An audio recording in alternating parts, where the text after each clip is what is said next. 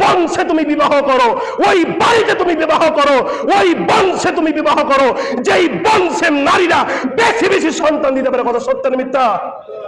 রাসূলুল্লাহ সাল্লাল্লাহু আলাইহি সাল্লাম বলছেন তুমি ওই পরিবারে বিয়ে করো, ওই বংশে তুমি বিয়ে করো যেই বংশের নারীরা, যেই বংশের মহিলারা বেশি বেশি সন্তান প্রসব করতে পারবে।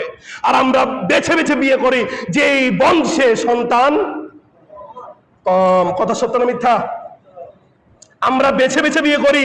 বাপের একটা মেয়ে কার গো, খোঁজ নিয়ে দেখো আমার ছেলেটার বিয়ে দিতে হবে, আছে না নাই?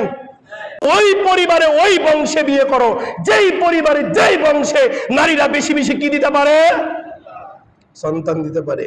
ও বন্ধু, ব্যবসা করতে গেলে লাভ যেটা হয় সেটা করি না? ব্যবসা করতে গেলে যে রাস্তাতে বেশি লাভ হয় সে রাস্তায় যাই না?